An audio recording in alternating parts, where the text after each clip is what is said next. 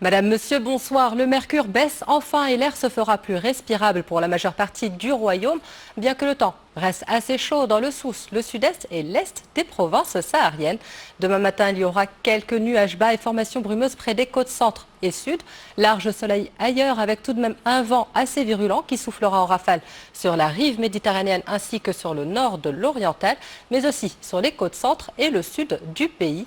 En deuxième partie de journée, les foyers instables que l'on connaît habituellement sur l'Atlas se déplaceront légèrement pour sévir sur l'est du Haut-Atlas tout en surplombant le sud de l'oriental et le sud-est du pays. Quelques orages et ondées sont à prévoir. Le vent continuera de souffler fortement sur l'est de la Méditerranée et l'oriental, vent également dans le centre et le sud où des chasses-poussières pourraient se lever. Dans le reste des régions, le soleil prédominera largement la carte. Demain matin, on retrouve dans le nord des températures un peu plus agréables avec près de 20 à 25 degrés en moyenne. Comme vous le voyez, il fera 20 à Casablanca, 19 à Rabat et près de 27 à Smara. L'après-midi, le pays perd en moyenne entre 3 et 5 degrés. Comptez 35 à Oujda, 27 à Tanger et Rabat, près de 31 à Agadir et une maximale de 44 degrés d'attendu à La Gouira.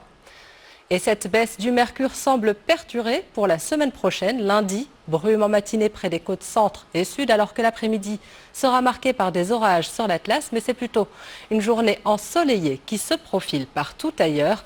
Quant à mardi, le ciel se stabilise pour ne laisser place qu'à un ciel lumineux accompagné de températures de saison. Cet été fut particulièrement chaud et ponctué par des épisodes caniculaires et cela s'en ressent jusqu'en Antarctique.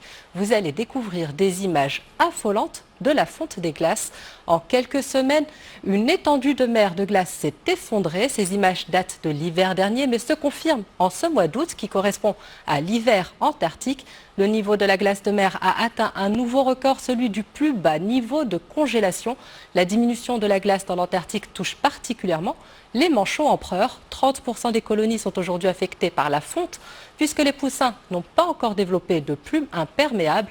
Cette fonte précoce met en péril ces oiseaux marins qui pourraient être la première espèce polaire à disparaître en raison du réchauffement climatique d'ici 2100. C'est sur ces magnifiques images et fragiles que l'on se quitte. Merci de nous avoir suivis. À demain pour un nouveau point.